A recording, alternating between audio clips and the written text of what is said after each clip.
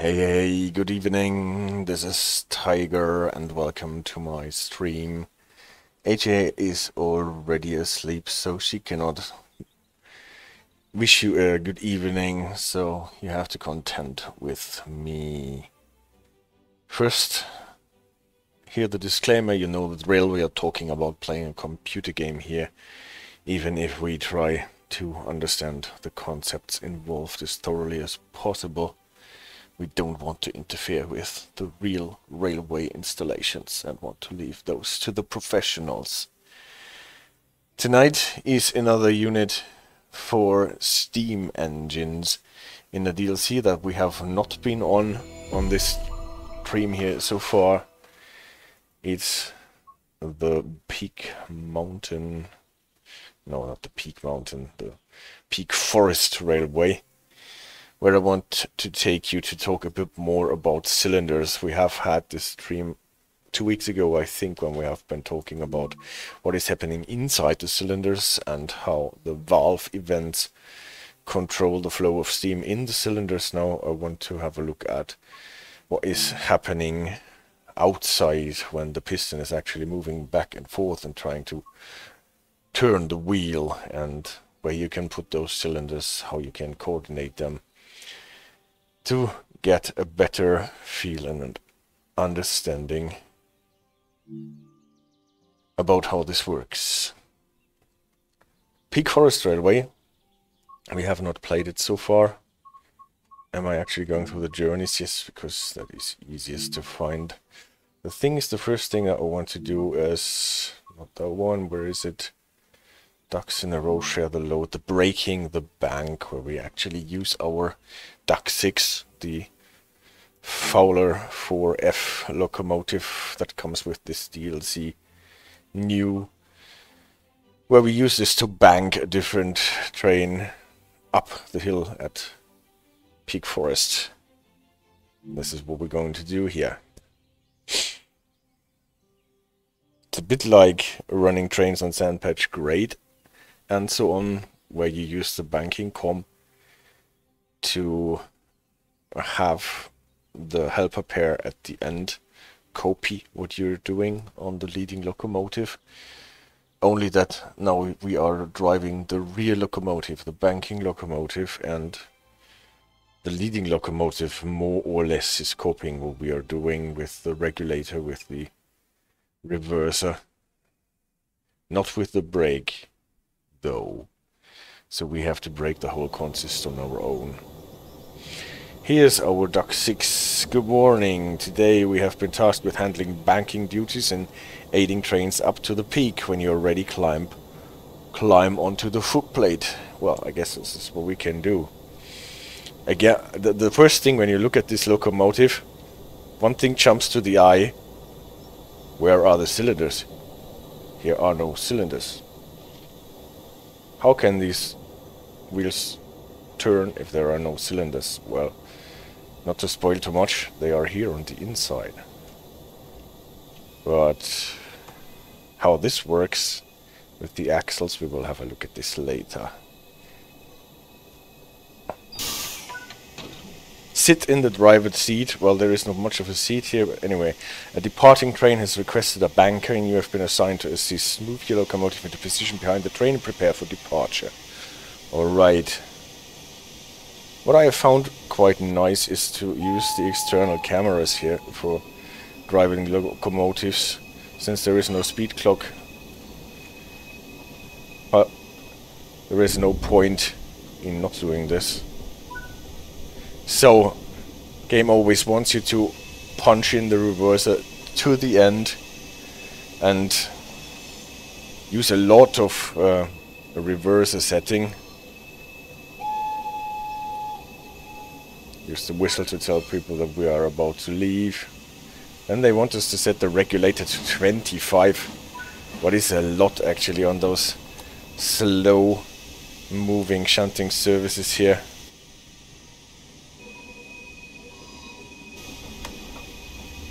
Not necessarily what we want to do.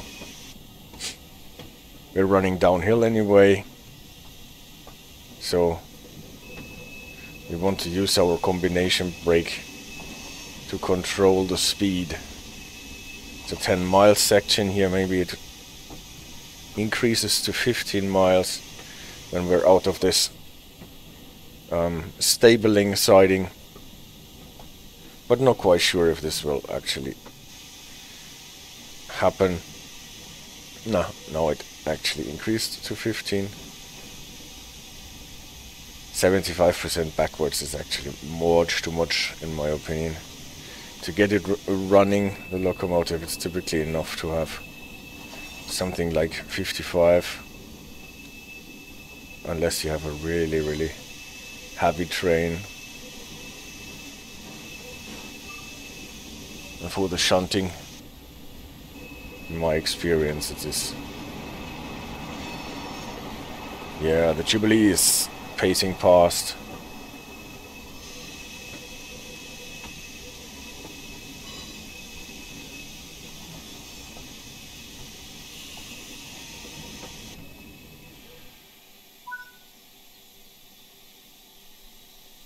Yeah, well, before moving your locomotives, you will need to ensure that all of the junctions have been set correctly. As this yard features manual junctions, you will need to set them either by walking over to them or by using the map. Well, we use the map, I guess. Too lazy to walk over. That's good. It's actually not so far to the train that we want to couple to.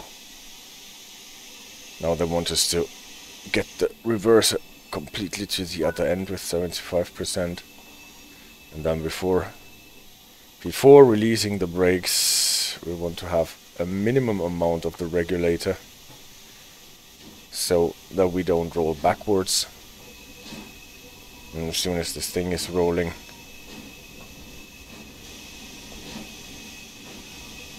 we can get the reverser back and go with like 10% regulator or whatever. Now that we're calling on,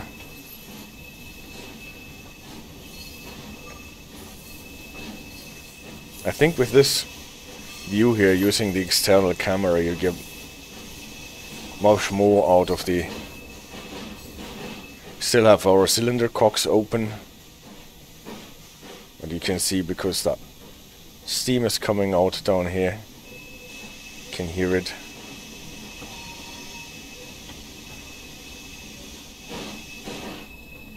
As soon as you close them, you have much more punch.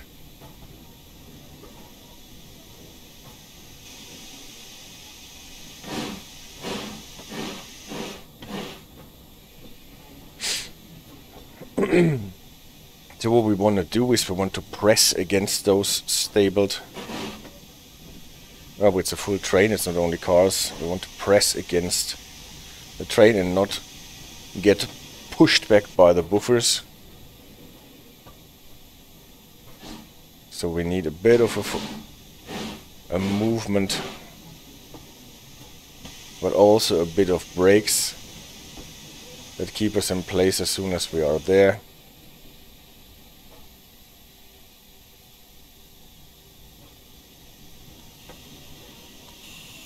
Oh no, I'm too fast. Okay, now you are in position, you can couple up to the brake van. If we move the camera a bit closer, we see that we are actually still a bit away and rolling backwards if I'm not using the brakes enough.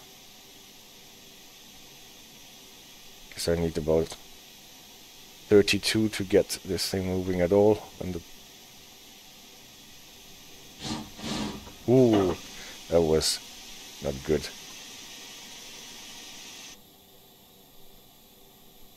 It was clumsy. That's better.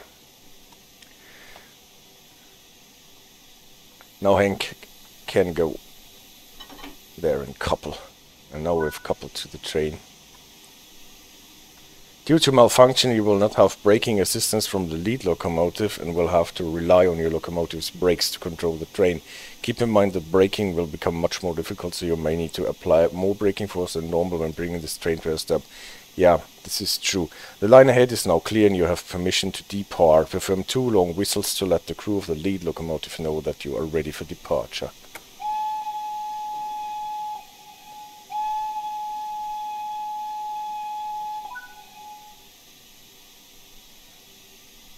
Are we getting a response? The lead locomotive has signaled that it's ready to depart. Apply a small amount of power to help get the train moving. Well, before we do that, there is an explanation about the signals. Short whistle, implying that we are moving. As you are acting as a banker, you will need to listen out for various signals of the locomotive. Well, they say so, but I have not seen in this scenario that this is actually done. So this is an 8F locomotive. At the head of our train, it is run by our colleague, the ghost engineer. You can see the locomotive is operated, but there is nobody actually there. So I will keep the external camera 3 here on the lead locomotive and the second one on our locomotives. Bank to bank, he's a CD radar inspector, says, hey, good evening.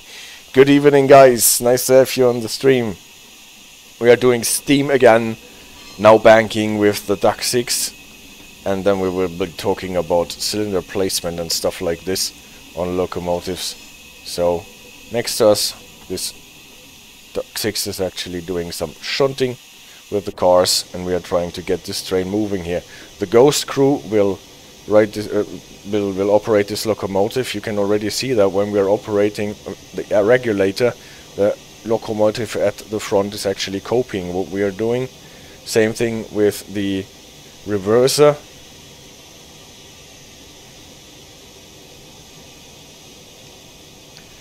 Not so with the brake though. The brake is not operated here, and I think it does not work with. Okay, that was already too much.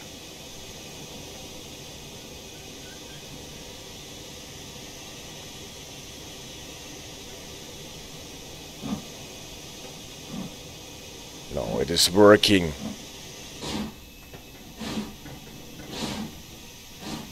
So Hank can throw in the coals. Hank is always overheating our boiler. You can see that safety valve blowing off steam constantly. But again, it was totally enough to start this train with mid-50s on the regulator.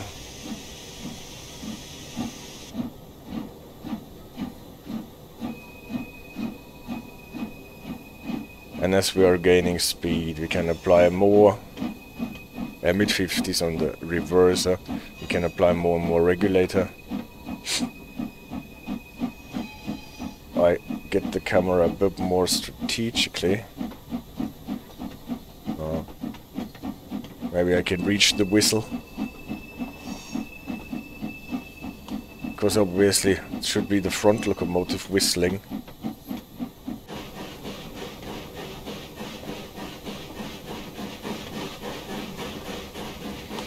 And now we are pushing this train uphill.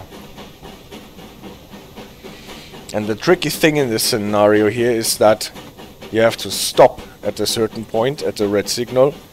Obviously not spatting it. But if you're actually only driving here at the end, you don't see where your front end of the train actually is.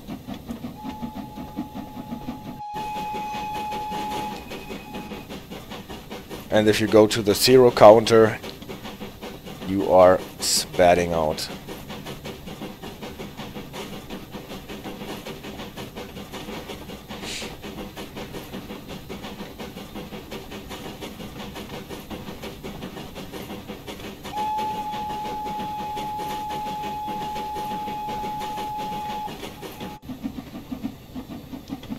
But I don't know about you. I find this is a really beautiful DLC. I want to do a service later on the Jubilee Class locomotive, and it looks extremely immersive. Starting in the evening, in rain, Night is falling. I like it. The timetable is a bit weird. When you go from Buxton northbound, you never have close to enough time to get your locomotive through the 10 miles bottleneck. And when you're running on the main line, you're always much too early.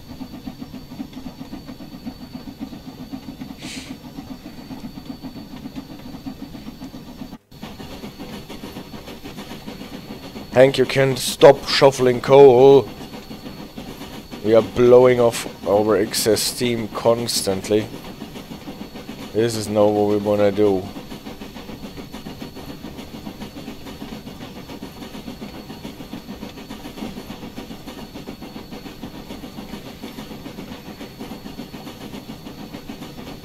I'm still trying to figure out how the chuffing noise that the locomotive is actually doing can be used to optimize the reverser setting, because it totally changes it.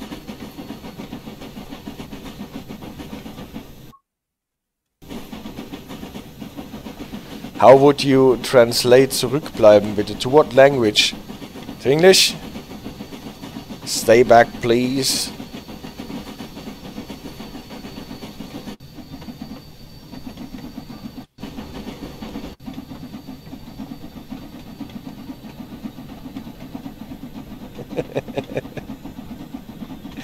Well, when I was young, they did not say bitte zurückbleiben. They said bitte zurücktreten.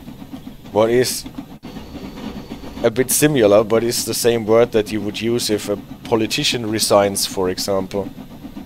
So I always liked it when they said bitte zurücktreten, bitte zurücktreten. Signals are clear.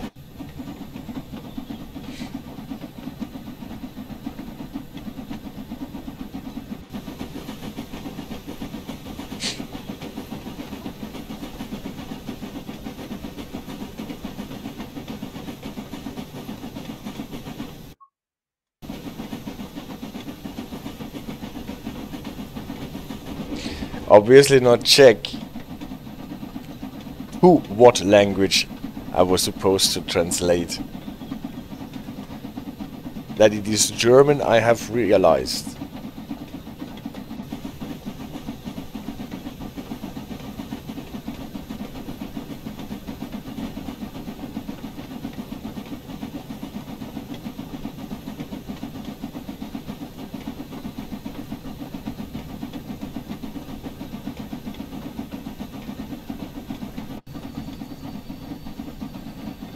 So we're already almost here. And we can see that the caution signal is on somewhere in this sequence of signals. There is a red one coming up. The peak is not at the station here.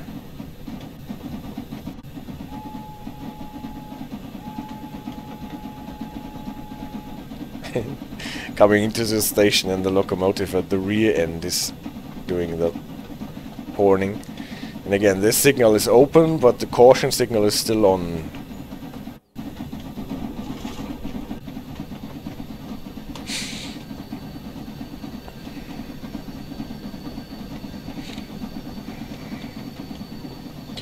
And now we can actually start taking it easy, because we are now grading.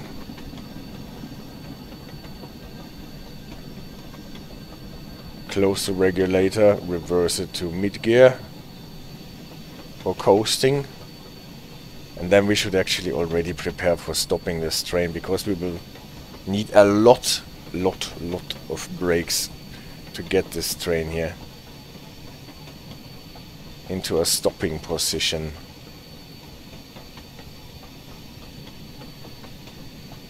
You see, I have an application of 50 and you don't really feel anything. Normally when you're applying the brakes,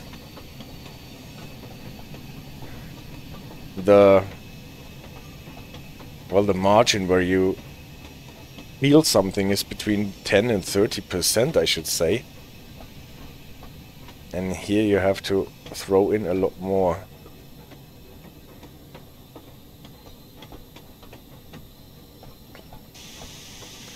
So, now at the front, the safety valve has gone off too.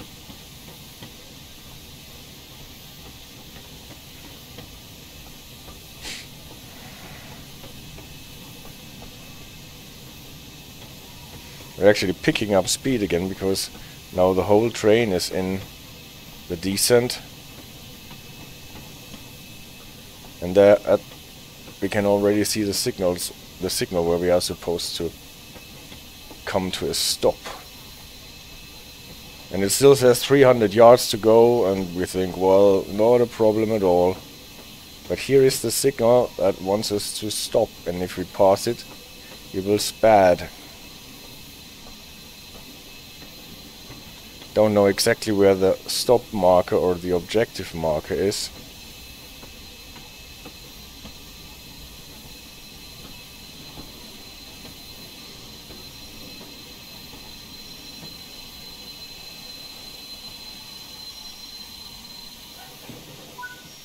Yeah, we hit it. Nice work, you have now reached the summit. A bank is no longer required past this point, so you can uncouple your locomotive from the train and prepare for the return journey. So, not sure if we are going to do this, because maybe I want to just stop this here and go to a different service. Why I wanted to do part of this scenario is because we have two different locomotives with two different cylinder arrangements. This is the typical placement of the cylinders, the 8F. Here the steam box with the piston valve running inside of it, and underneath the cylinder where the piston itself is running, connected here to the crosshead, so that thing that is going back and forth and pushing the main rod while turning here this main driving wheel, and then the connecting rod is turning the wheels adjacent to it. And we will come back later when we have a little peek at the Flying Scotsman, where things of this kind is differently. What we can see in the simulation here quite nicely is that if you look at the position of this pin here, this is obviously the middle of the main driving wheel, and this is the position of the pin. It would be like something 1:30 if you read it as a clock. And we will see why later. If you look at the other side, it will typically be exactly 90 degrees off this position. So either it will be here at about 10:30 on the clock, or it will be here 4:30. I hope it is like this. Where is our main driving wheel? Oh no, it is actually not where it is supposed to be. Look, it is actually in the same spot here. Well, that is what happens if you want to demonstrate. Earlier I looked at it and it was correct, and here both are in the same. No, they actually are. It's because you look at different sides, right? If you look at it from the front, it is not here, but it is to the front. Because you have to mirror it obviously here. And this is an angle of about 90 degrees in between, so that the push of the piston is always like faced by 90 degrees. And we will see that at the Flying Scotsman this is actually a bit different, because we have 3 cylinders, so that we have a spacing of 120 degrees. So much for this. So this is the typical arrangement where you can see the cylinders on the outside of the locomotive. The piston gear is running, the main rod is running on the outside, and also the valve gear here, the Wolfsherz gear or Heusinger gear here with the regulator, not the regulator, the reverser kicking in. Does it? Yeah, we can actually move it. You can see how this thing here gets lifted with the regulator, and how it gets lowered. So all this stuff is nicely to see. And now back over Duck 6. Where are the cylinders? We cannot see any cylinders, we cannot see any main rod, we don't see any valve gear, because it is actually everything here inside. It is animated, you can see it. Those are this is the stem for the piston valve, I think. And when we are using the regulator here, you can see how those thingies are moving and shifting the apparatus. Here it is obviously not connected. You can see it should be connected here, but it is going out of its fitting. The nut here is not connected to this counterpart. It should be connected, I guess. Well, here we have our cylinders on the inside. Those are not the cylinders, those are the valves, but the cylinders are actually lower. And you can see the gearing here, where it connects to the main driving wheel axle. That is a crankshaft axle in this context here. So when this locomotive is moving, you can actually see a lot of animated parts here, and also the valve gear. In this case, not a Walsgears, but a Stevenson valve gear is operating inside there. And well, actually, when I was playing this locomotive first, I thought, where are those cylinders?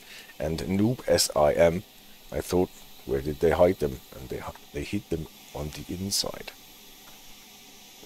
After all, we found it. So I guess this can lead us to the presentation of today.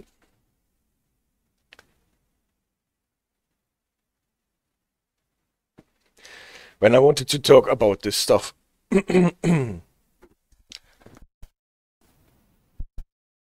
so this is the stuff that we just looked at in a simplified diagram. Our main driving wheel connected with the main rod to the crosshead, and the crosshead sits at the end of the piston stem, and the piston here inside the cylinder is moving back and forth. Here we can see the steam box where the piston valve is going back and forth. Here the exhaust and the thing where the steam comes in, and the steam ports. We have talked about this in the video 2 weeks ago, how the valve events are going on both sides and so on. And now we want to see how this is actually connecting to the wheel. And the first thing that I want to, well, demonstrate is that we are translating a horizontal movement, a movement on a one-dimensional line here, this horizontal line. This is where the piston head and, because it is fixed to it, the crosshead are going back and forth and back and forth and back and forth. And this we are translating into a circular movement. The pin here on the main driving wheel is going a perfect circle, as is the wheel. This is the idea, but since we are translating a back and forth movement in one dimension into a circular movement, we have to acquiesce with some peculiarities that result in the movement of the piston here, because you might think that the piston is going back and forth with the same speed more or less, and it is not like this.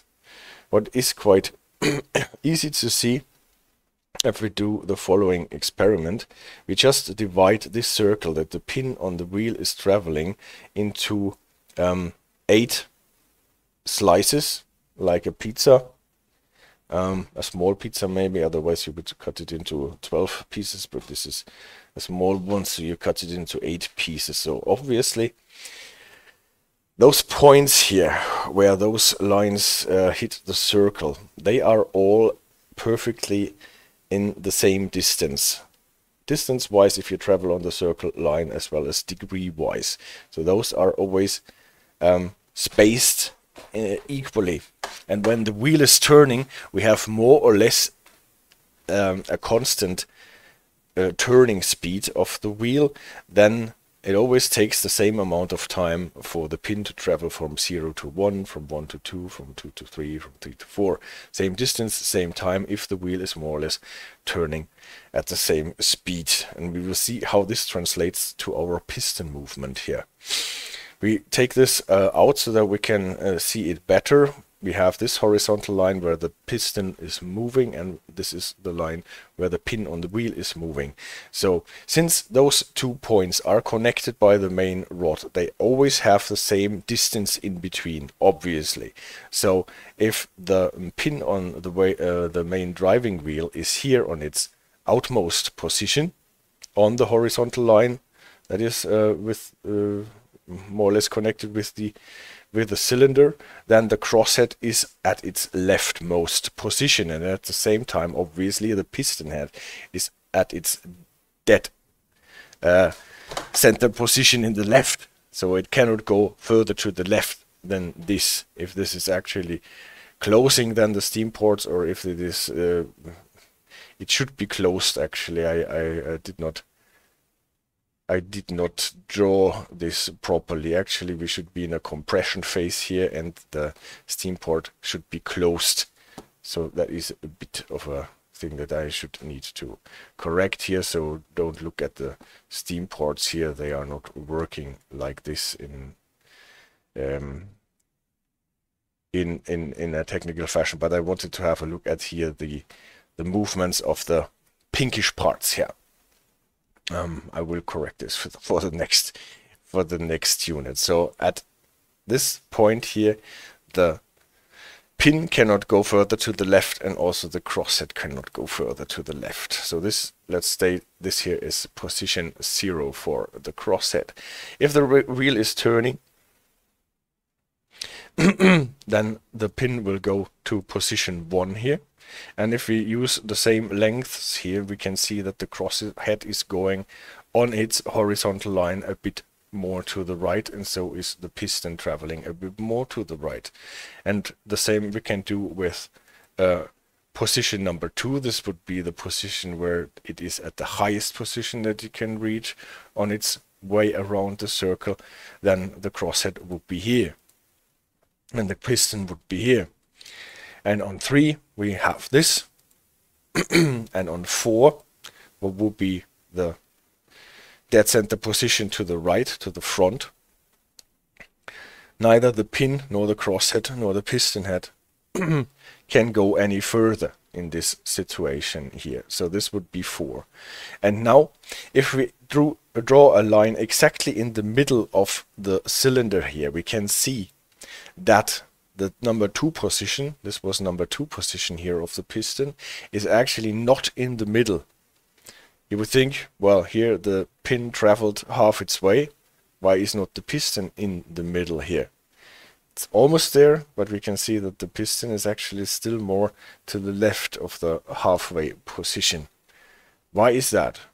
We can also see that the distance that the crosshead travels between position 1 and 2 here is shorter. Those orange or brownish spaces are equally have equal length. You can see that the crosshead is traveling a longer distance when the pin is moving from 2 to 3 as compared to the distance that it is traveling when the pin is going from 1 to 2. Even though the pin is traveling the same distance and the same number of degrees. Yeah, this is Pythagoras, says Spectre. Well, we will get to this. I will have to think about it if this is actually Pythagoras. I think Pythagoras can explain it in a mathematical sense, but we don't actually need to recur to that. What we can actually see is that the distance traveled of the crosshead between the 0 and the 2 and the 2 and the 4 is not the same.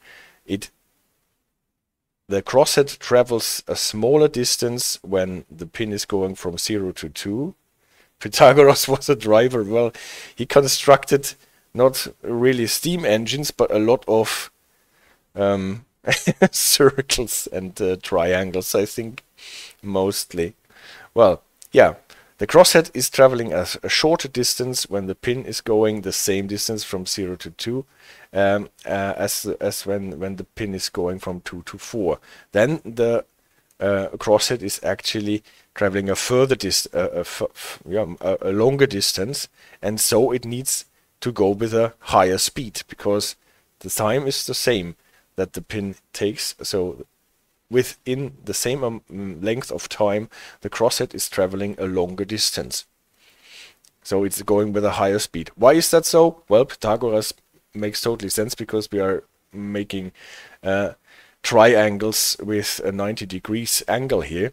If we look at this, to travel from 1 to 2, we have not only the movement on the horizontal line that the piston is traveling on, that would be the black arrow here. That is equal from 1 to 2 and 2 to 3. But in this situation, we have a movement away from this horizontal line that the piston is traveling on, and here we have a movement towards the horizontal line.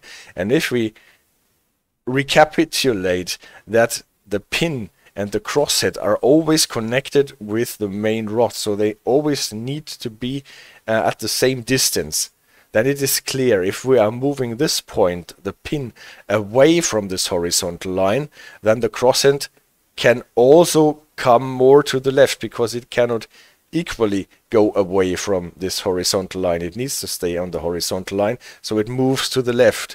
Whereas when we are moving the pin towards the horizontal line, then the crosshead gets shifted to the right, and this part of the movement subtracts or adds to this black movement that the pin is already doing on the horizontal line. So this makes it quite easy to understand that as long as the pin is moving away from the line that the piston is traveling on, then the crosshead can only go a shorter distance, whereas when this pin is going towards the horizontal line that the piston is traveling on, then the crosshead gets accelerated and is traveling a longer distance. And this results in the annoying fact that whereas our pin here is going on a perfect sine wave, it is starting here at level, then it is going to the max, then it is going back, so this would be 0.4, going back to the 0, and then it is doing the journey back in a perfect sine wave on a circle. The movement of the piston is not a sine wave, but it is a wave. I tried to draw it that looks a bit more like this. It takes longer to get to the middle position, and then it accelerates to go back to the dead center position, and then on the way back the same. It moves quite fast until it gets more or less to the middle position earlier than a sine wave would, and then it takes longer to go to the dead center position at the back. And this makes it so difficult to calculate actually where the piston is at any given moment, while the pin is typically quite easy to see, but the piston is accelerating and slowing down in an awkward fashion. And if we will see this in the videos to come, the same thing is true for the piston valve that is going in the steam chest to control the access of the steam to the cylinder. So most of the diagrams that you can find and the calculations that were done before computers were invented, they just stipulate that the piston is also moving in a sine wave. But this is the thing that is always a known error in all those diagrams and constructions and calculations, and that makes it always well with a grain of salt, because it is not perfect. It is not the perfect sine wave here. And Pythagoras, I think you're right, Spectre. The thing is, the longer the main rod gets, the smaller this error gets, the closer the movement of the piston is going to a sine wave, because then the ratio between this movement here and the other movement is evened out more and more. So with an infinitely long main rod, we would no longer have this error here, but an infinitely long main rod would result in an infinitely long locomotive, and who needs an infinitely long locomotive? We will get to locomotives later that were quite long, but with infinitely long locomotives, you don't need the locomotives because this locomotive would be everywhere already at the same time. So it does not need to travel anyway. Yeah, this is a thing that I wanted to show because it is interesting and it shows how much thinking there needs to be in building a steam locomotive, and how it makes sense to think where you actually put your cylinders. And we have seen this thing gets even more out of phase and away from the sine wave if the piston is not running on a horizontal line that is actually also cutting the middle of this circle of the main driving wheel, but is maybe below it or above it, because then the dead center positions are no longer the same at the wheel and at the piston, because they are then out of phase even more, right? And then you would have to arrange it in a way, and then maybe you even then the depends where it is actually, then the dead center position is a bit below or a bit above. And so typically you would aim your piston to the middle of your main driving wheel, be it that you put it on the horizontal or that you tilt the whole thing, and sometimes changing ends would take some time. Yeah, that is difficult, yeah. Well, how we can actually make the machine run backwards is the thing that I want to talk about when we're getting closer to the valve gear. How we can actually reverse our locomotive then and make the machine running backwards. So this is why you typically have this arrangement where you have the cylinders here and on a more or less horizontal line pushing backwards.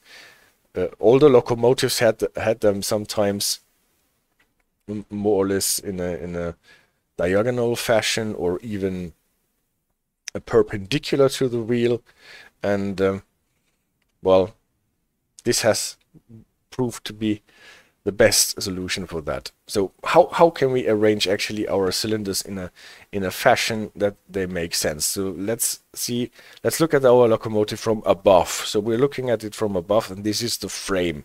This is the steel frame that carries the whole locomotives, and let's say we have 3 axles here with 6 wheels, and the dark blue one should be the main driving wheel. The other one are the other wheels that are connected by the connecting rods, but the dark blue one should be the main driving wheel. And those are our cylinders on the outside, as on the 8F, for example.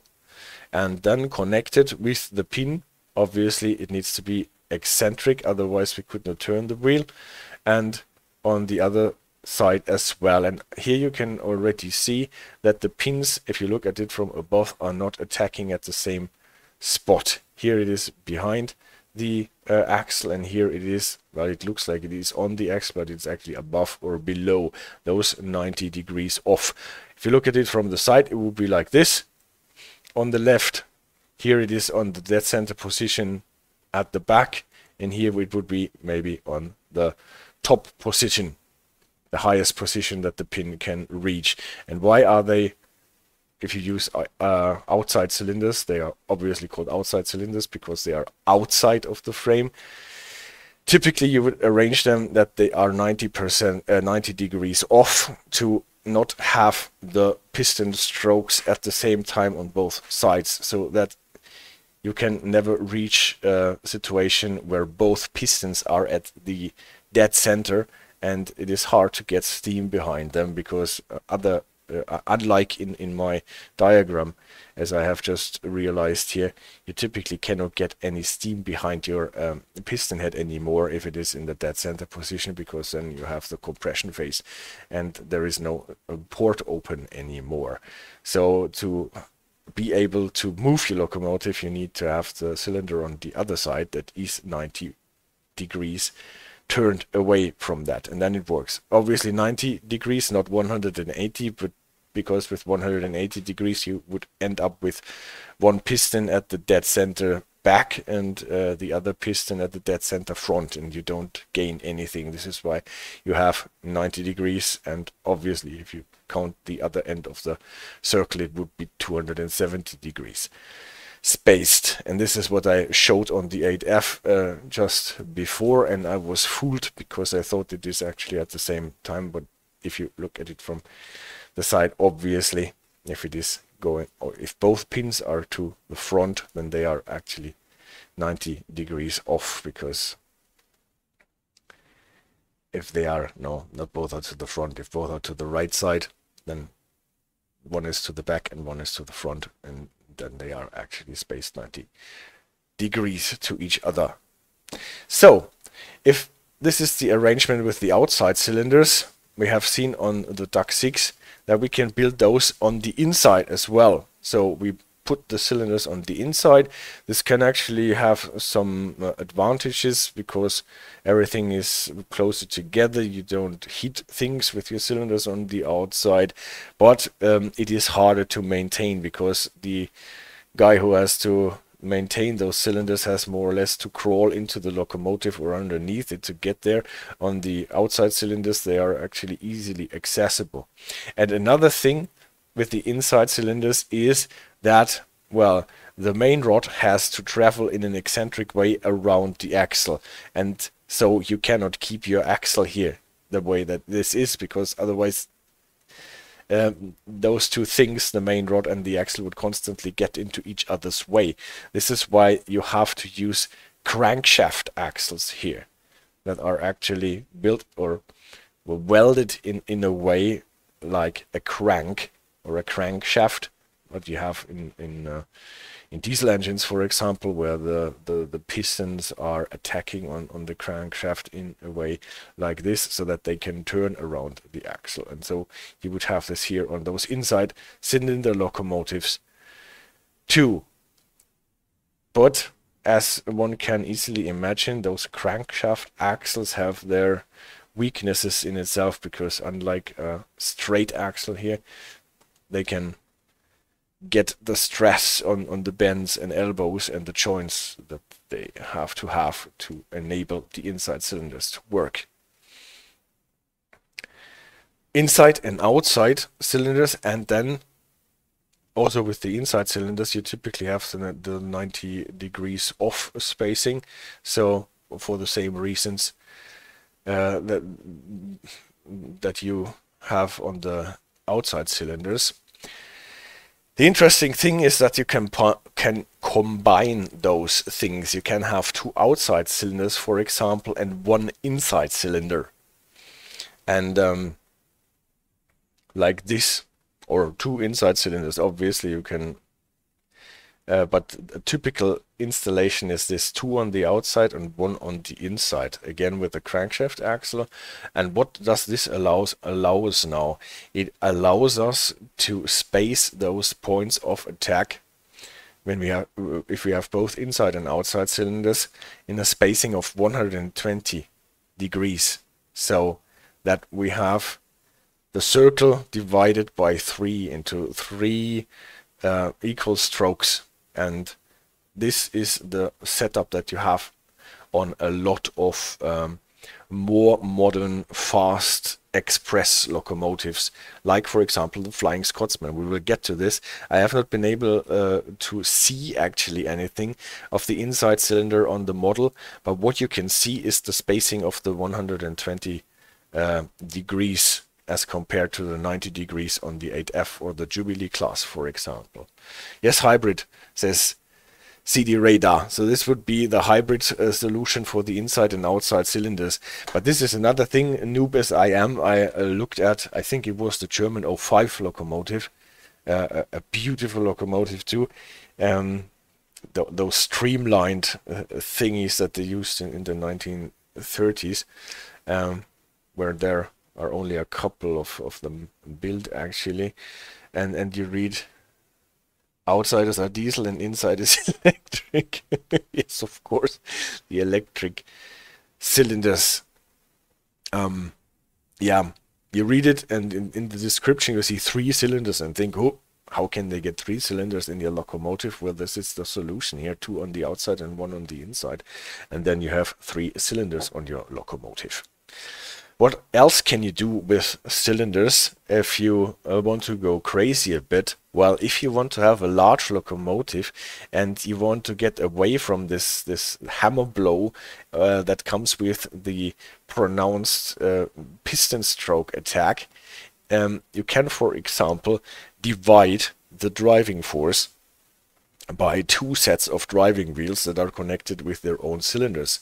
So on the same frame, you can have 2 main driving wheels, more or less, that are pushed by their own set of cylinders. So you have 4 outside cylinders here on this locomotive. That would be called a duplex locomotive then.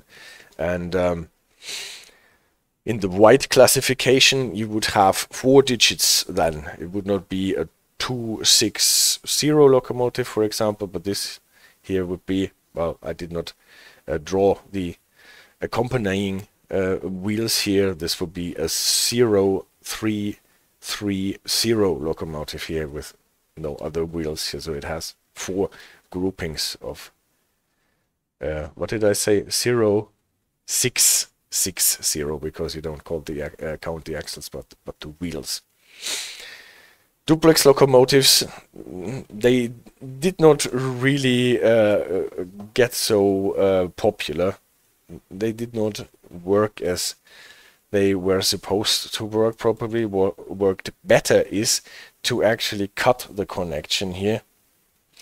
There's a lot of steam consumption. We will actually go back to this with the steam consumption when we get to talk about the compounding.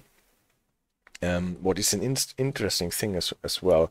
So what worked better actually is to cut the frame here and to make the second set of driving wheels able to swivel.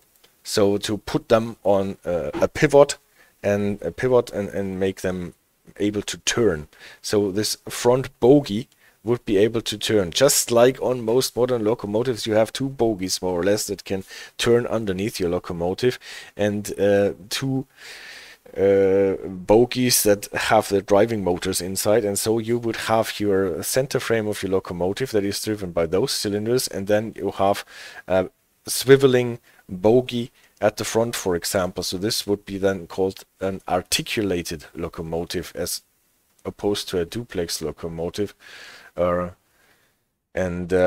this is the type Mallet. I think it is not mallet, but it was a Swiss guy, I think, Anatole Mallet, who constructed that first, and I think this should be pronounced French, but correct me if I'm wrong there. And this is the setup where you have the swiveling bogie at the front, and for example the Union Pacific Big Boy, one of the biggest locomotives that actually worked a lot and were used properly, has this setup. So the Mallet setup. It's like buses, mini, midi, and articulated. Yes. Yeah, and then if you want to go crazy, you can build triplex, quadruplex, quintuplex, and hexaplex locomotives that are also called as multiplex locomotives. So you do not only have 2 sets of driving wheels, but 3, 4, 5, and 6. And I'm not entirely sure, but I think there is one locomotive, a quadruplex, a Belgian quadruplex locomotive that actually has been built, but no quintuplex and hexaplex locomotive that has actually been built. They were just thought about and never been realized. And the quadruplex locomotive, the Belgian one, was not really a success anyway. And those locomotive, hexaplex locomotive, they would have like 40 or 50 wheels then on these locomotives. And those are more for steampunk fiction. But actually, those things, the duplex locomotives or some triplex locomotives, actually have been built, and articulated locomotives, especially of the Mallet type, they have been a thing and they have been around. And since CDU Radar says it's a thing about steam consumption. Yes. What can you do to not consume a railway operator stream, a hexaplex locomotive with 44 wheels, or whatever? Well, if you don't want to use up so much steam, there is one thing that you can do if you have this setup, for example, here. You can send the live stream into one cylinder, the high pressure cylinder, maybe the one that is connected to the frame in itself, and then send the exhaust stream from the high pressure cylinder into the cylinders at the front that are low pressure cylinders. They are constructed in a way that they can operate with the lower pressure stream, but the exhaust stream that comes out of this high pressure cylinders has still a lot of punch in it, and this can be used to drive those cylinders here on the second set of driving wheels, and only then the exhaust is actually blown out. The price per axle kilometer would be huge just for the locomotive. That is true. That is actually true. And if you have limitations for how many axles you can have in your train, then the locomotive would actually take the lion's share of this. And if you have to pay the track taxes for the axles, then the locomotive would be ruinous to run there. Well, but it's interesting of what people can think, and what actually works then in real life and what doesn't. And there is so much ingenuity in this steam stuff. And the nice thing is that you can, most of it you can actually just calculate and understand by looking at principles that you know from high school. Unlike on a modern locomotive like the Vectron with a Bremsrechner that calculates how the brake blending is done, and the variable frequency drives for the traction motors that calculates how to modulate the three-phase AC, what is great and works much more efficient, but you cannot really see what is happening in the Bremsrechner or in the variable frequency drive. You just have to rely more or less that the programming works and makes sense. And here you can go with your tape measure and measure the lever ratios and the diameters of the cylinders and stuff, and measure the temperature or whatever. So I find this extremely enchanting. Yeah, and this compounding idea is what is something that you obviously cannot only use on this setup here. You could use it on a duplex locomotive. You could also implement it on a locomotive of this type, where you have the cylinders inside and outside, and send them to the inside cylinder with the lower pressure. If that actually works well, because then you have maybe a different punch on the third third of your circle. I don't know, but a lot of stuff is possible here. Yeah, that was the presentation for today. I'm not entirely sure if you're interested as much as I am into looking at those thingies a bit in depth.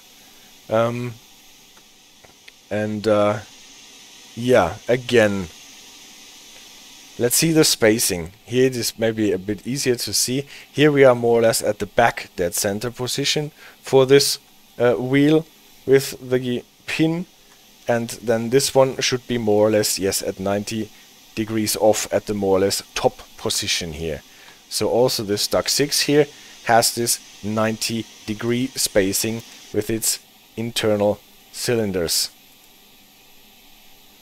Well, we have just seen that there is a nut not connected properly, but it is moving away. So here this nut should sit actually there and move the other thing with it, but it doesn't. It just goes up and down.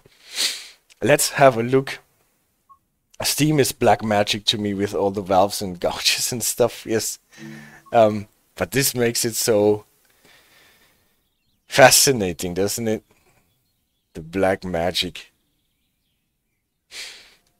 And one must never forget that steam locomotives have been around for 130 years, maybe 1830 to 1960. So there is 130 years of development. Since when do we have electric locomotives of the modern type? A much shorter span. So there must be a lot of development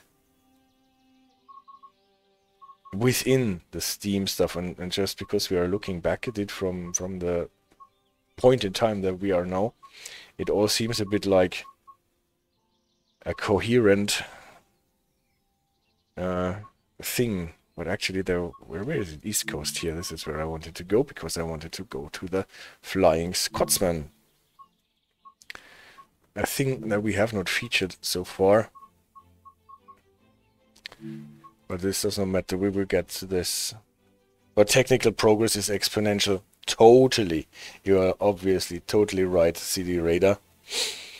But still, and some were pretty fast already in the 30s and 40s, like the streamlined ones. Yes, just imagine with a thing like a steam locomotive running like 90 or 100 miles per hour. New technology is coming sooner than ever before. You're totally right. The downside of it is that the technology is sometimes developing faster than even the engineers can keep up with. So nobody is actually able to solve the problems with doors not closing properly, door malfunctions, and well, it will be still quite a big path until we have all those systems working properly and properly. And the problem really is that with a lot of those systems you cannot really see what is happening in them. You have microprocessors and they are controlling vital parts of it, and you just have to rely that the programming is working more or less properly. You can write system requirements, specifications, like for the ETCS with hundreds of pages, and then someone programs it, and well, with everything that is programmed, then there is a bug and nobody knows why. And instead of finding the bug, sometimes you make a workaround and nobody understands the workaround anymore. Well, this is our Flying Scotsman here. We have cylinders on the side. We have valve gear on the side. Looks like a valve gear, because it is attacking to the cross set. You can always see that it's a valve gear if we have a combination lever here that is connecting at one end to the lifting thing from the reverser and the eccentric crank at the pin of the main driving wheel, and the other side of the combination lever attaches here to the crosshead. That is typically for the valve gear. What I have not found so far any position where we can see the inside cylinder that is supposed to sit in there. The only thing that we can actually see as a proof that this is a 3-cylinder locomotive is if we look at the spacing here. Here the pin sits at about 10:30 to the front, and here the pin sits, now mirror it, if we look at it from mirrored, so to say, it would sit at 1, 2, 3. So the other one sits here, and this one sits here, and this is the 120 degrees that I said. So this sits here, so the pin for the inside cylinder would probably be here, and then we have divided this circle here by 3. Again, it sits here, dead center to the back. It's always easiest to see, dead center to the back, and here it sits, well, halfway up to the front, and the inside one will be halfway down to the front. But the Flying Scotsman, we are not driving today.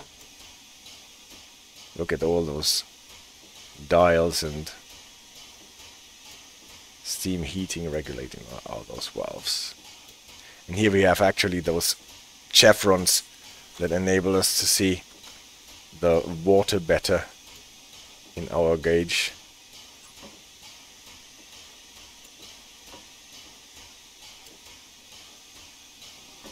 Drain it and see it come back. Well, so much for the Flying Scotsman. When it comes to ETCS, it recently prevented a collision of trains at one station for the first time ever. It is still being deployed and tested here, but the system is becoming more and more reliable. I don't doubt this. I don't doubt this at all. If it is implemented correctly, it is most probably the best system that there is on the market. But the thing is, either it works or it doesn't. And if it doesn't work, it is always hard to find out why it does not work. Like with computer games, like this simulator here, you can only see it doesn't work, but nobody knows why.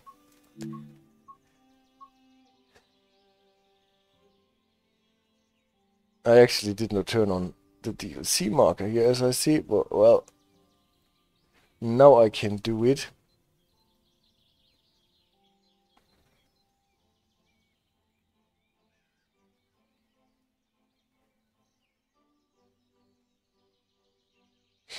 And I wanted to do this one. Where did it go? Peak Forest Railway. And People Carrier. This is the one that I liked so much when I played it the other day, because it has such immersive lighting. We're running a 2-stop service, more or less along the main line, not going to the side branch.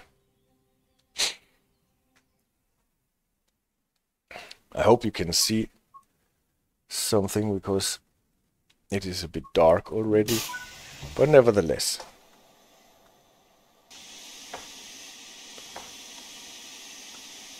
Let's open the doors. Already release the brakes a bit, but it does not take half a minute to release them later.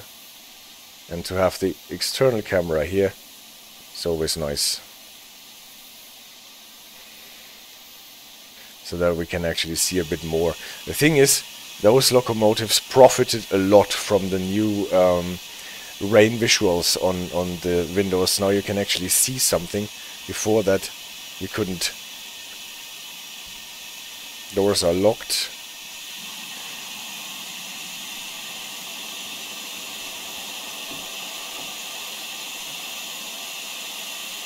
Large ejector to release our brakes.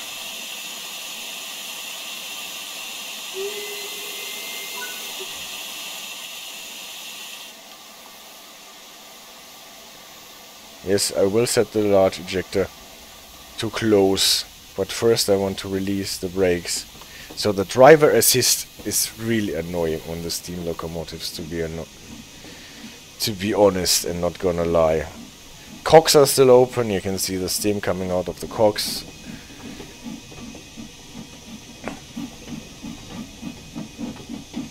Again, 55% on the reverse is just enough to start this train, especially since we are starting downhill.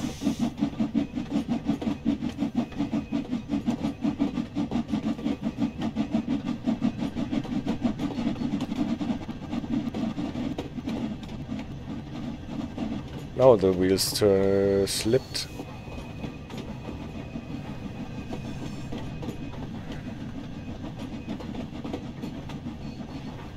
If the steam is going for this passion, then typically your wheels are slipping. Wet rails.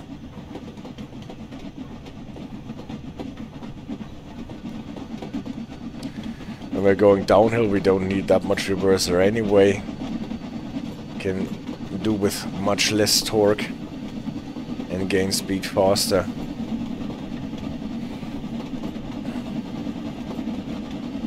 It's 50, I think we will get an increase to 80 later anyway. But I don't know what you think. I think this is a really Beautiful lighting here. With the purplish clouds. And when the fire door is open, you always get your cab illuminated.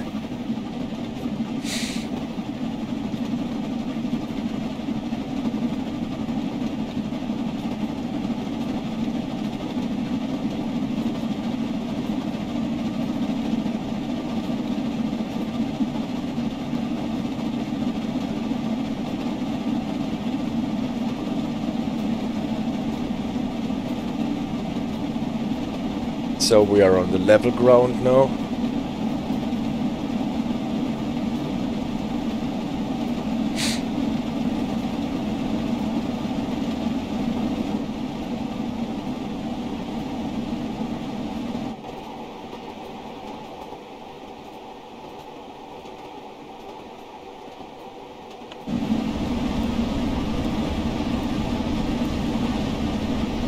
And if we want, I think we can go full throttle here.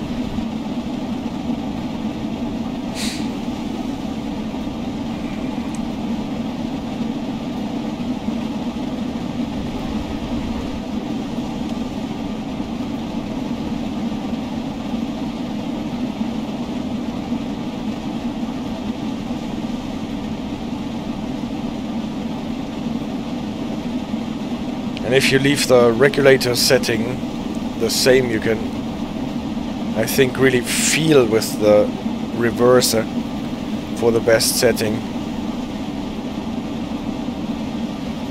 Gradient will probably increase.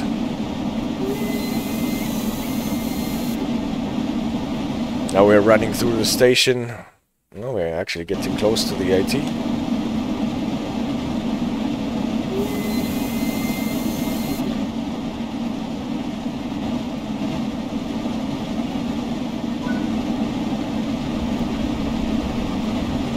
Also the signals, they look nice in semi-darkness.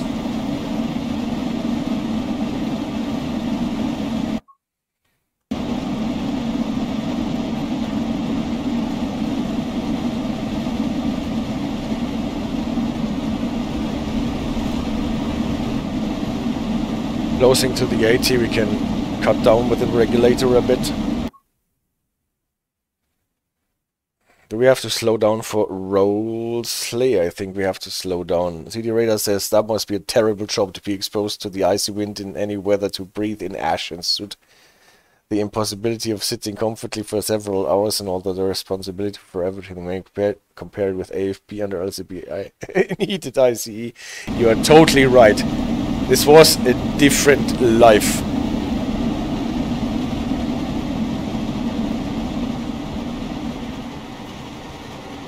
Closing the regulator, have the train coast. See how we end up.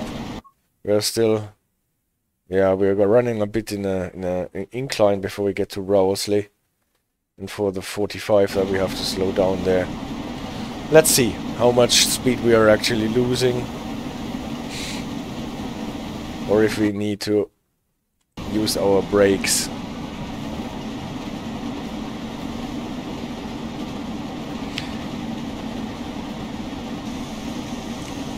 Hank, don't overheat our kettle, our boiler.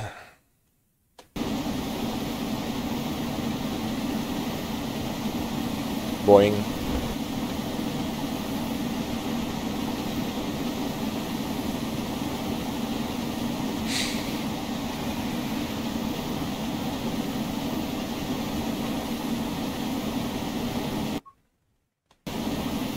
I think we need a bit brake to slow down.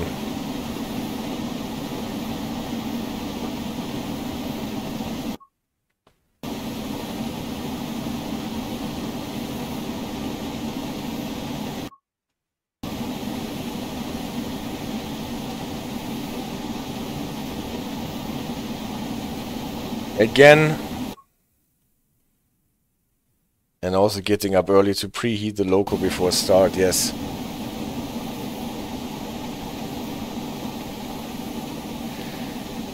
Well, I guess as a train driver, at the time you more or less spent most of your life on your locomotive.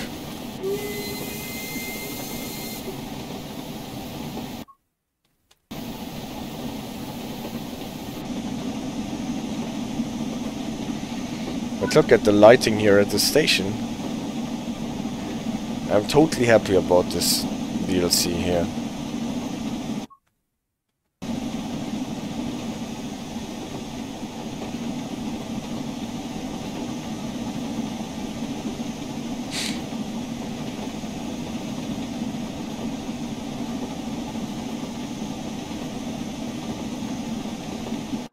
What is our speed doing? Yeah, getting closer to the 50. The 80 is only short-lived here.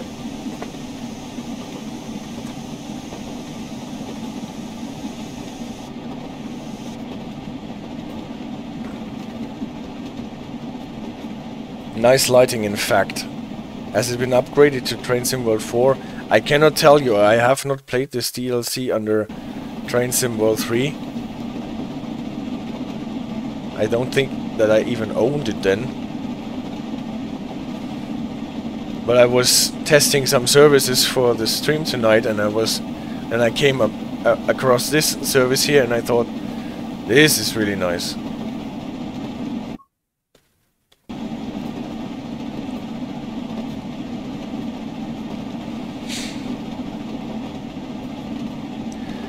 %, incline, 32 on the reverser makes sense. I think, well, actually we can have a bit more since we're losing speed.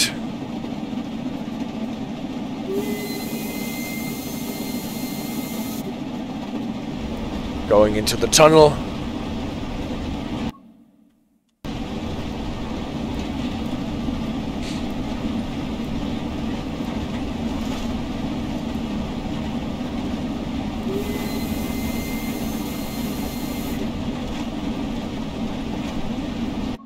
What is the speed doing? Yeah, and it is dark in the tunnel, isn't it?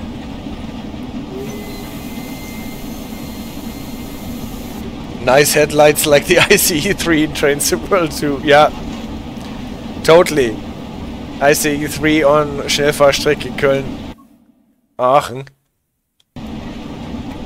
Well, this is another thing, right?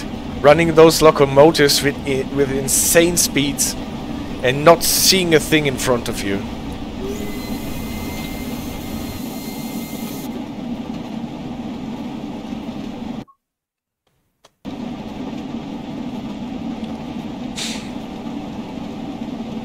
Next station that we are running through, Bakewell.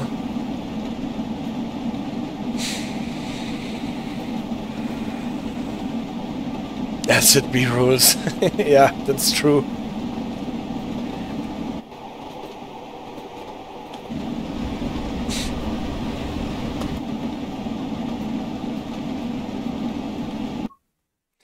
Well,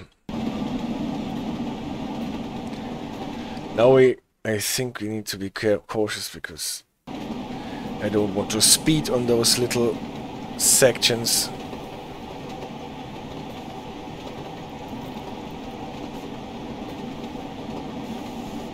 Where we're going actually a bit downhill again across this bridge.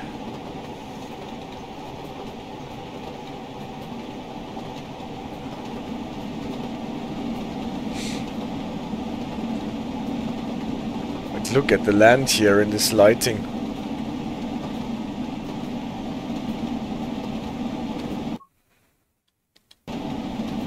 I think this is just a beautiful Pocket Snickers. Hey, wasn't it only in the last 40 to 50 years that they even bothered putting real headlights on British trains? Yeah, that is true, according to my knowledge.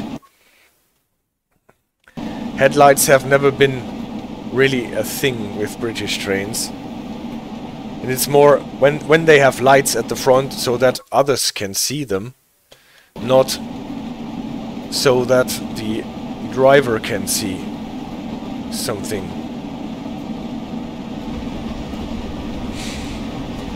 And according to my knowledge, it is still okay in Germany to not turn on your headlights but run with the marker lights alone, even in complete darkness.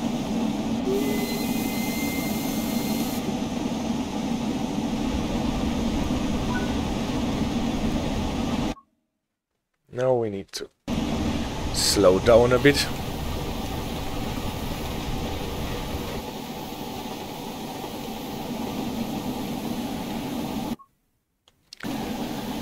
Hank, as usual, is overheating the boiler. You don't need that much steam, Hank.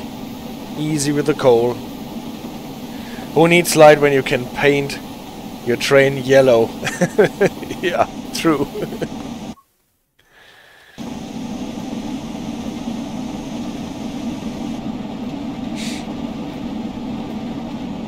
I have read that at around 1900, at least in Germany, drivers could earn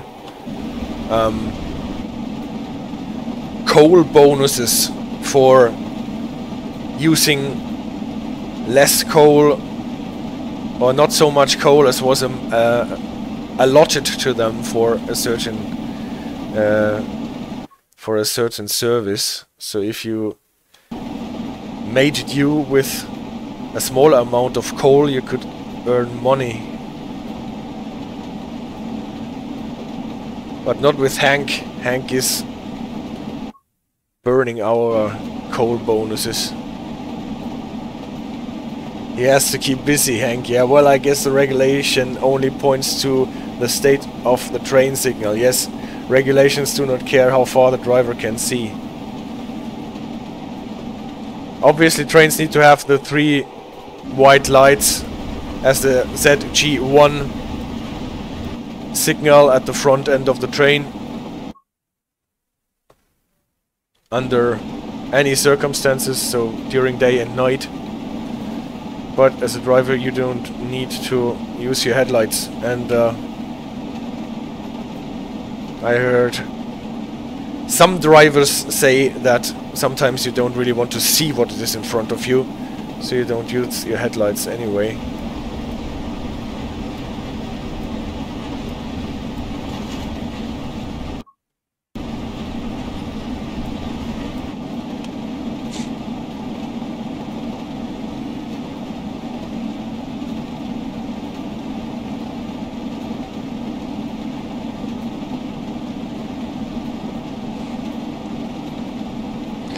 In Millersdale we actually have to stop.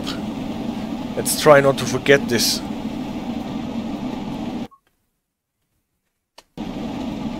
At the next tunnel we need to be wary with speeding because there is actually a short decline.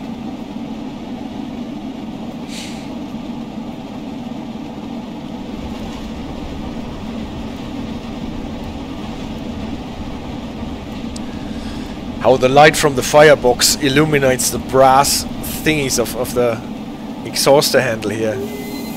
Ah, that is just this abandoned station. Dark. And firebox open.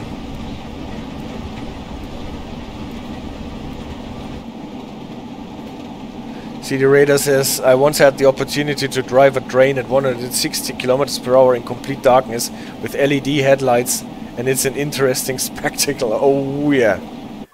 Well,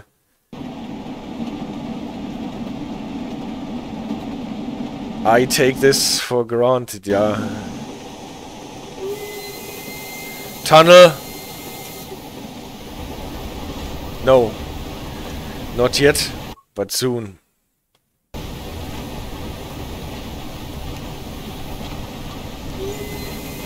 Now the tunnel. We coast downhill.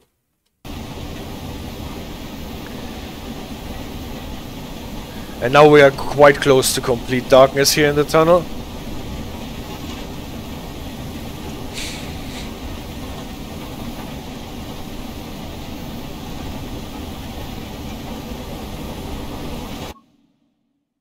But you can see we are actually gaining speed here.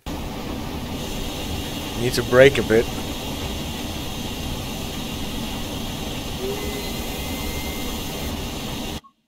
So that we don't go into speeding here. Crossing the river. Come on, this is one of the most beautiful DLCs. Oh, now I should release the brakes and not admire the landscape too much. Otherwise, we will lose too much momentum.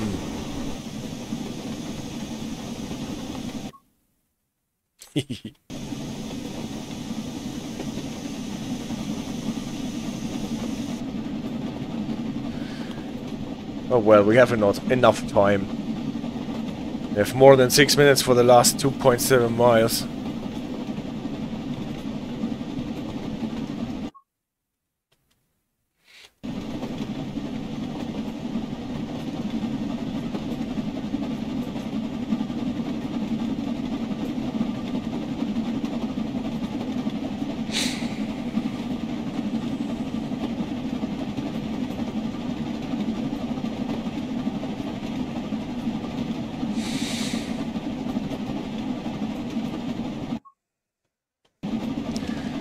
Well, I'm afraid the day when someone will give me the opportunity to drive a train,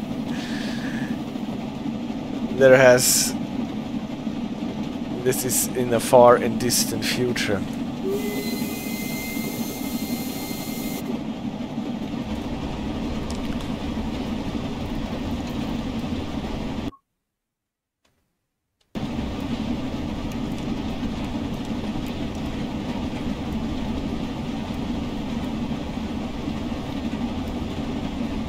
It will not come by itself, you are right. So what did you do to get this opportunity?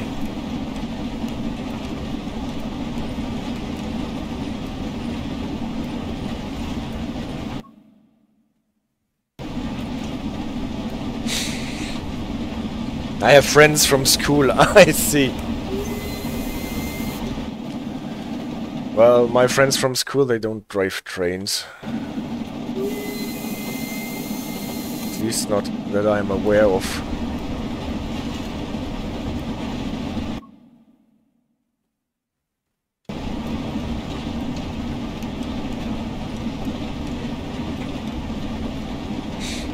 Maybe I should write an email to Deutsche Bahn and ask if they let me drive a train.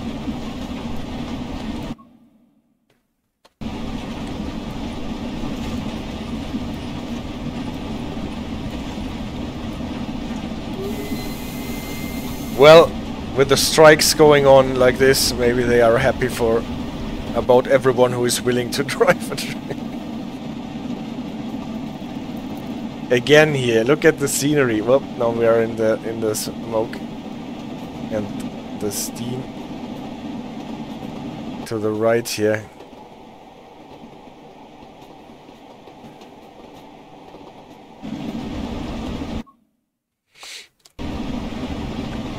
Well,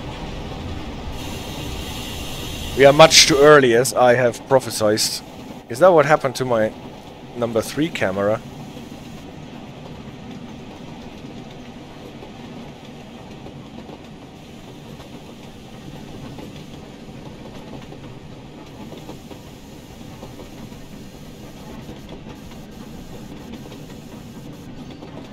So we have to go back to some Schleichfahrt, I am afraid.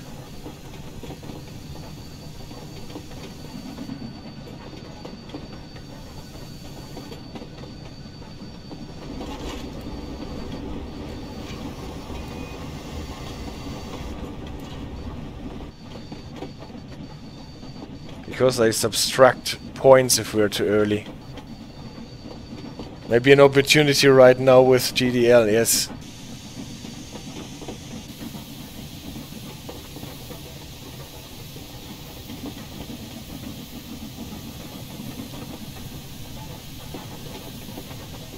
Yeah, I guess they will figure it out with their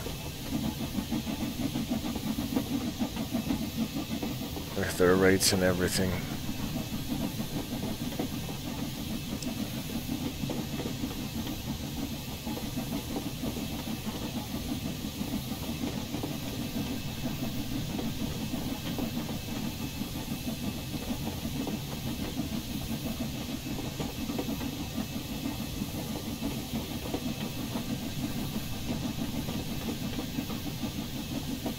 Look, a banner repeater.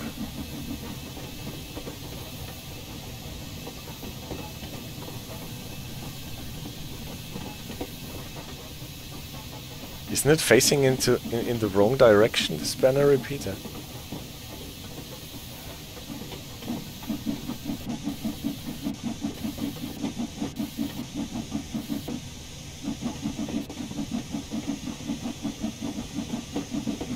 Coincidentally, it was a train from the same manufacturer that made our subway trains, and they have pretty similar controls. I see. Well, cool. At any rate.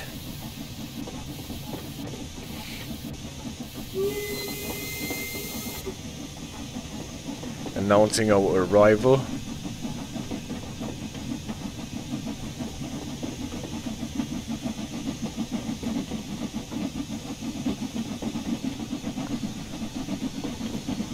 Now I'm actually late because I slowed down. Skoda!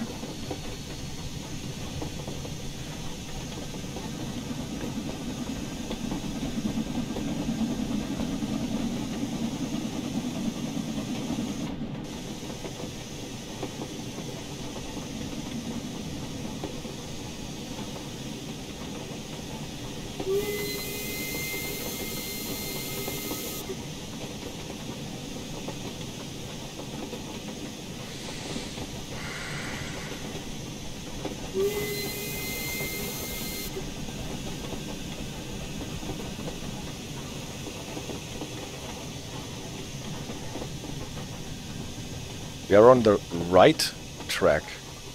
Why are we on the track on the right? And not on the one to the left? I don't know. At any rate we are.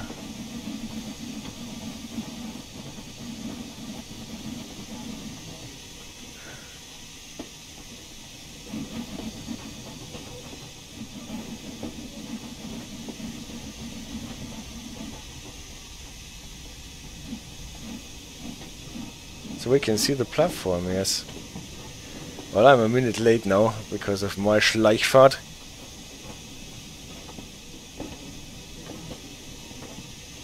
So I get the points subtracted for being late.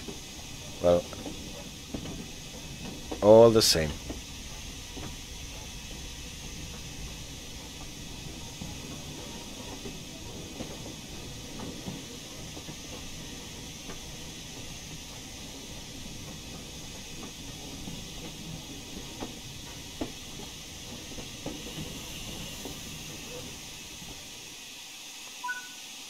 Here we are.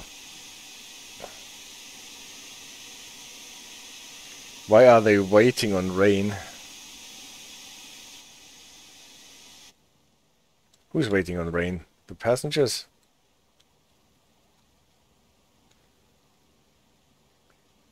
Oh, I love that. The hue of the lighting on those coaches.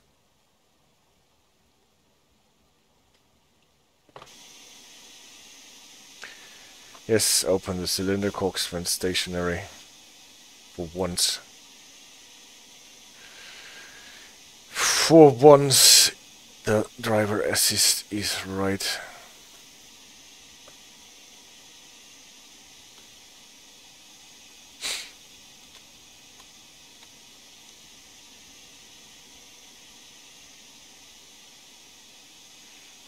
They are waiting in the rain.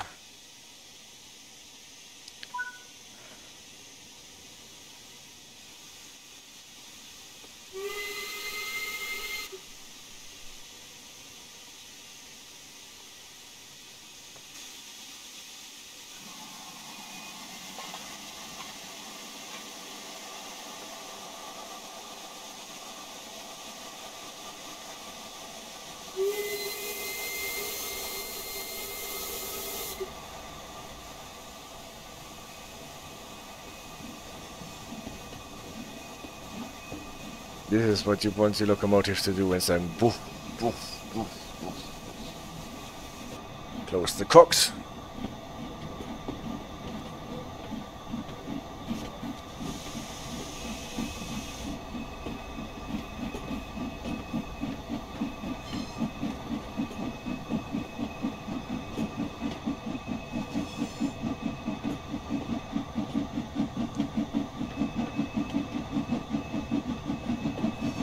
Now we're back to the left track.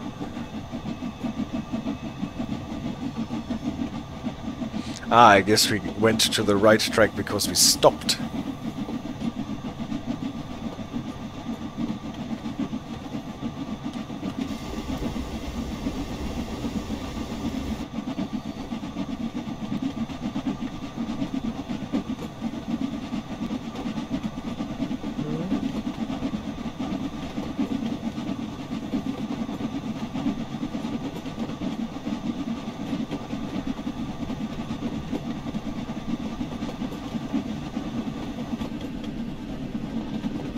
So now it's getting darker and darker. Where are we speed-wise? Yep, there is still a 30 thingy, so we mustn't accelerate too fast.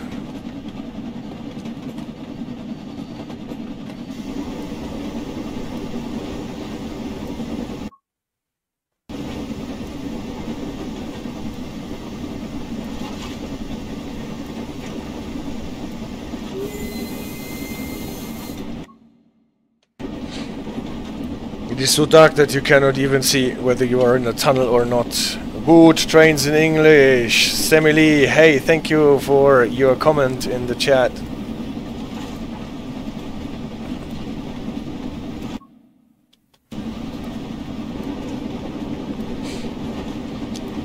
British trains in English.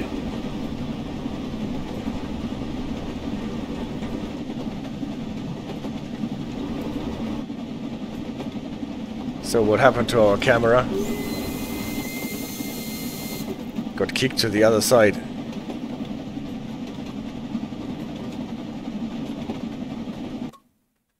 Now we are approaching the 30 limit.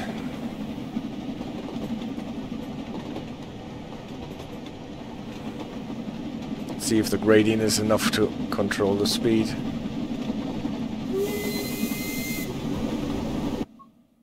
Yeah, way enough.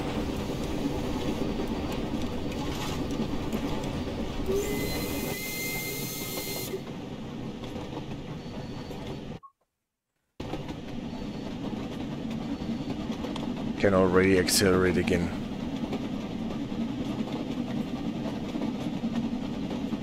So someone is using a lot of light in this signal box there. We're in the 35 it is, not 30. At any rate.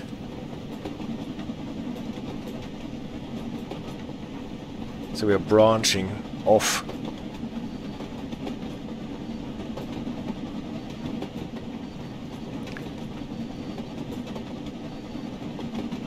So I hope you can still see a bit of the scenery. It is dark, but not so super dark.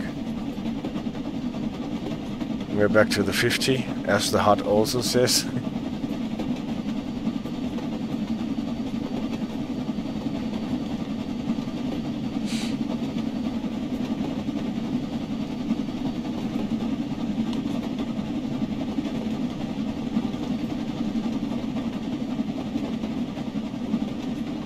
Oh no, what did I do with my camera?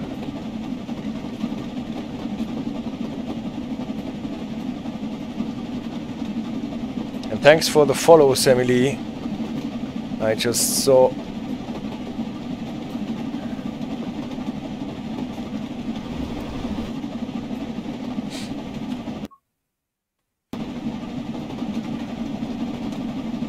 And now we can open the regulator and let the train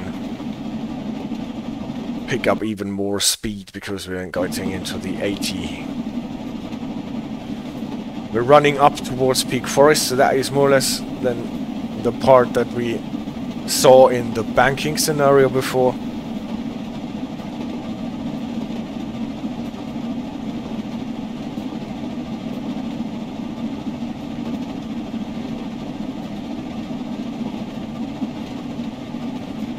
So I am, as you all know, no expert, but I think this is a good sound that the locomotive has with this regulator setting.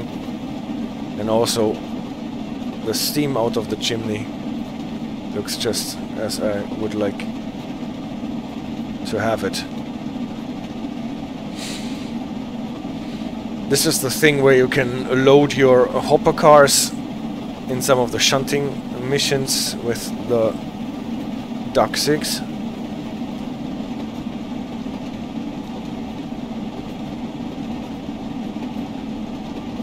Could you make special service with steam locomotive on modern map like a railway event or so? Why not?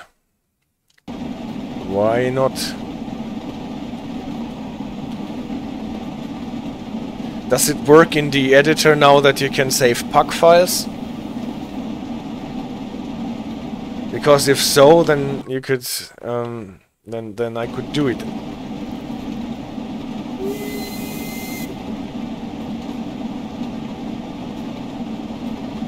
Creating timetables and services is not so hard in the editor, but the annoying thing is that you can, or at least in the beginning when I was still playing around with the editor, you were not able to save it as PUC files, but only play it in the editor.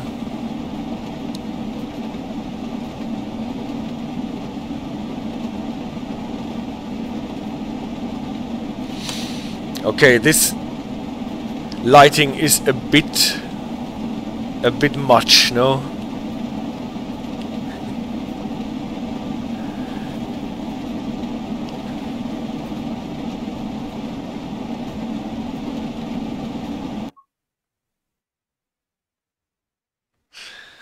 And until the PUC files work, I would have to do it with free roam, obviously. Maybe a nice idea for the 500 subscribers on YouTube special.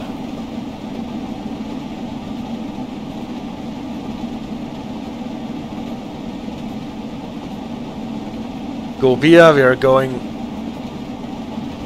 again, not stopping at Peak Forest.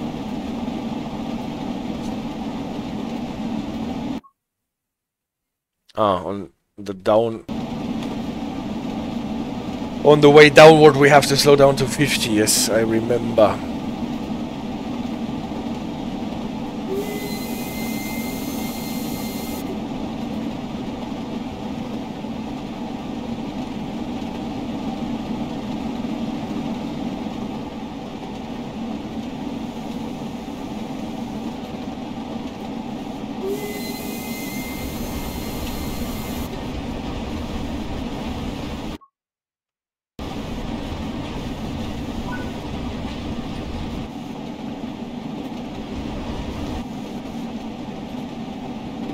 So this is the part where we stopped our banking train in the scenario that we played before. But now we're going on and downhill to Chapel-en-le-Frith Central.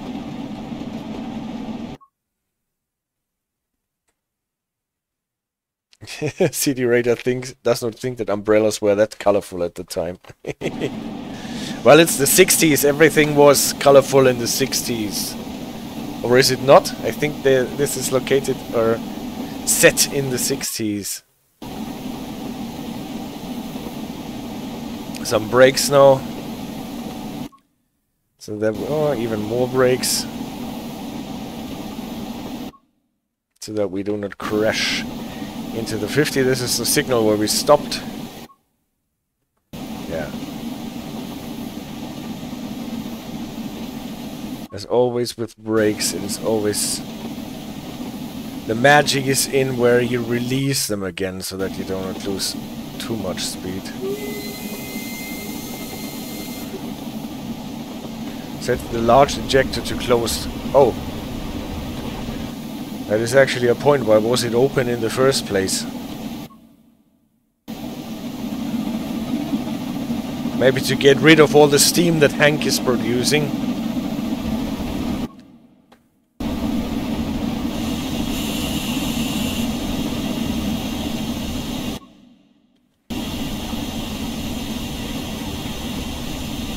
Does this break enough? Yeah, it breaks enough.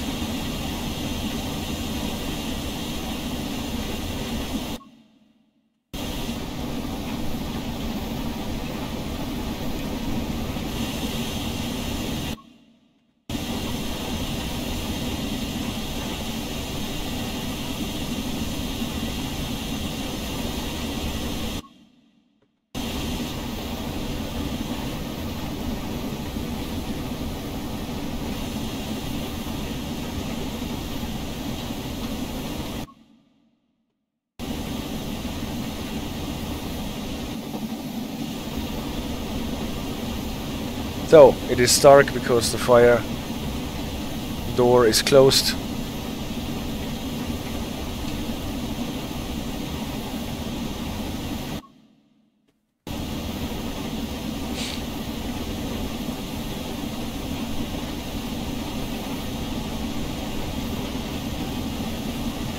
For determining your speed when you don't have a speed clock, they always tell you you have to count telegraph masts and look at your watch.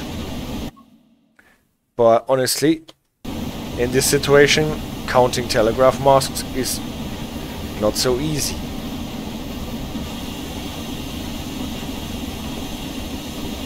If Hank jumped off, you wouldn't even notice. Yes, you're right, CD Raider. But he's still here. Here you can see him shoveling. Even though we are running downhill with no steam and the reverser in mid-gear. Whoosh, the signal passed. That means we are getting closer to the exit.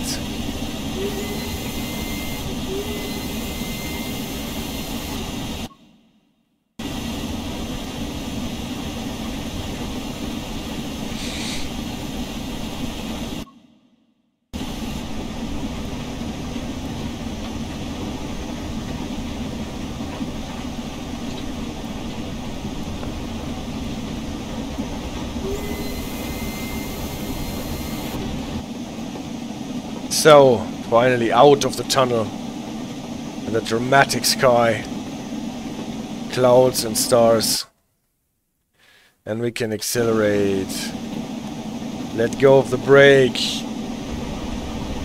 Don't think that we actually need to accelerate, we just let the train coast downhill.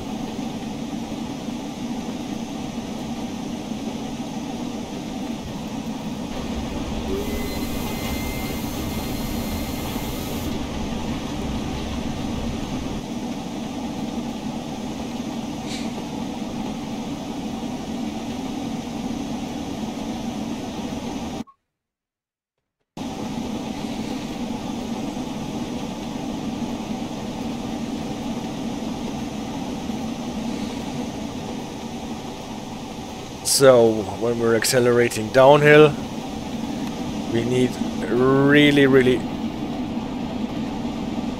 low numbers on the cutoff. Because we want speed, not torque. And now we want to show the people in Chapel-en-le-Frith.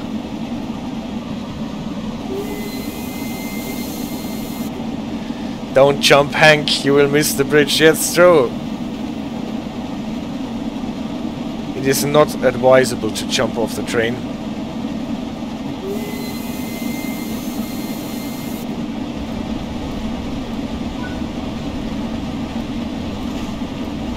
And now we have to stop.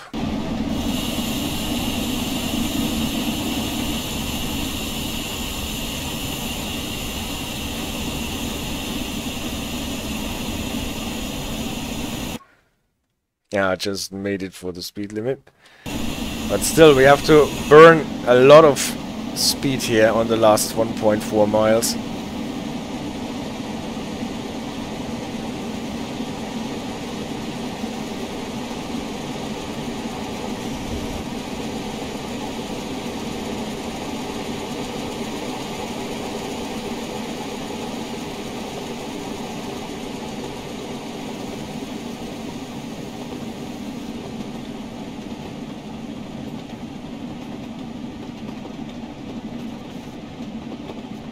But this works. The brakes are reliable enough.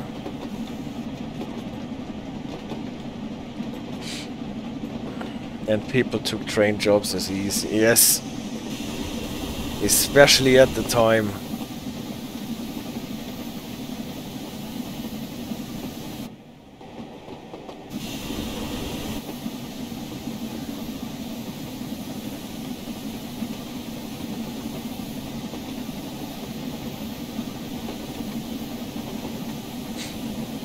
Two minutes for 0.9 miles. Well,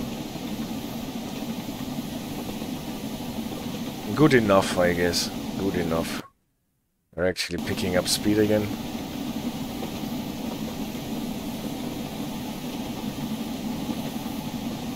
Don't want to pick up speed. 40 is enough in the approach.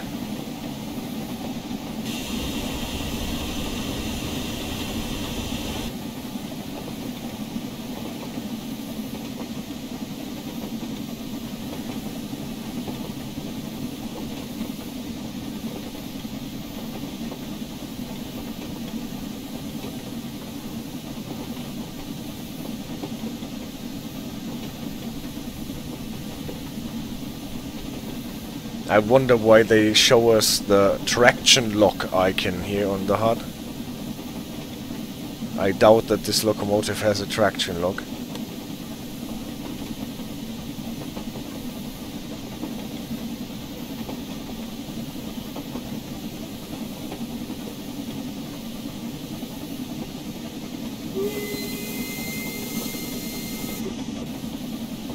So the starter signal should be at stop.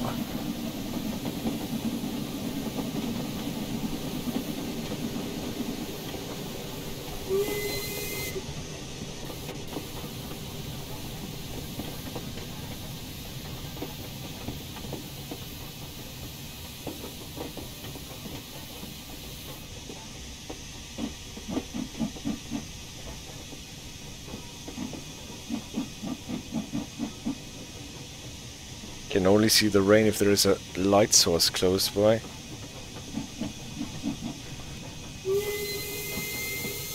Chinley, here we are.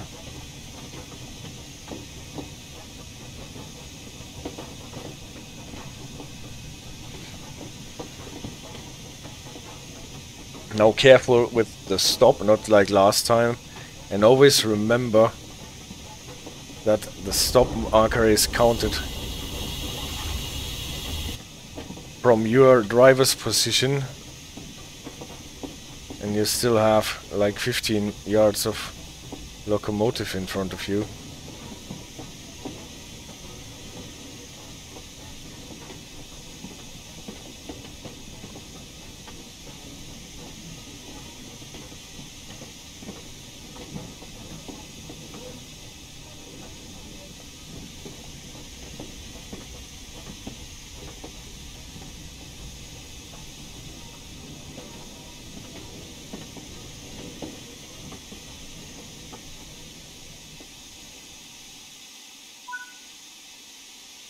Nice and easy stop.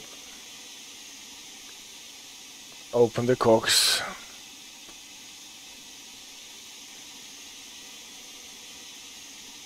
So you don't want to open the cocks when you're still running along the platform, because that would annoy the passengers waiting at the platforms. CD Radar says it's like in the car when you take out a component and the fault light comes on. You should not take out too many components from your cars. And this was that.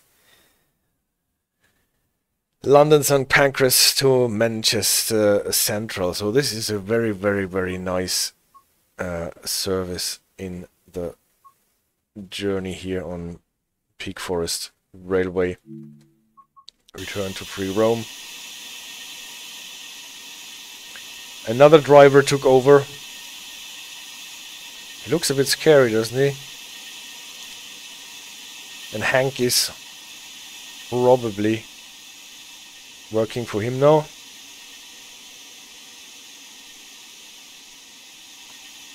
Well, anyway. we will probably stay here and let the train go. Guys, thank you very much for watching and bearing with me today in another video about steam trains on this really surprisingly beautiful DLC. The Forest Peak Railway, I think is the name.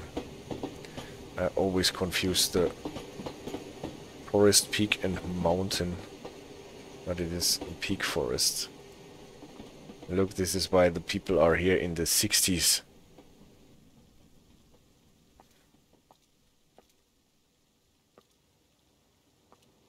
And the lighting is great. Well, yeah, thank you very much. I hope I will be back next week with something else. I still have to think of something that I can do next week then. And have a great time. Thanks a lot and see you around.